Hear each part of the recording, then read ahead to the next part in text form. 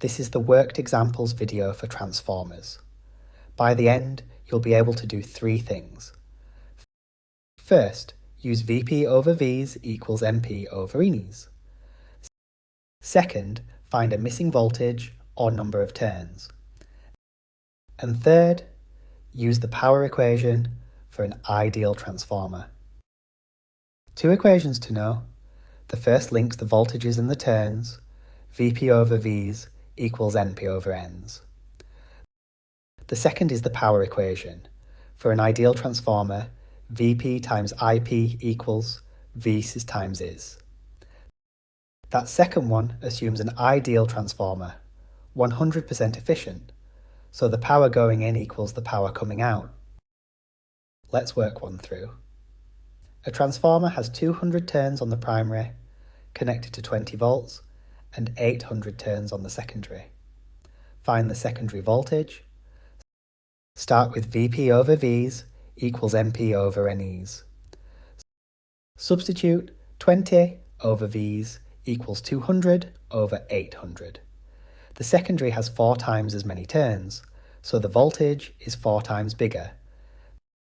That gives 80 volts, a step-up transformer, because the secondary has more turns. Now a power question. An ideal transformer has 240 volts at 2 amps going in, and an output of 480 volts. Find the output current. Use the power equation. Vp times Ip equals Vs times Is. Substitute 240 times. 2 equals 480 times Is. The left side is 480. So is 1 amp. Notice the voltage doubled, so the current halved. Power is conserved. Now it's your turn. Try these practice questions. Question 1. Primary 100 turns at 12V, secondary 300 turns.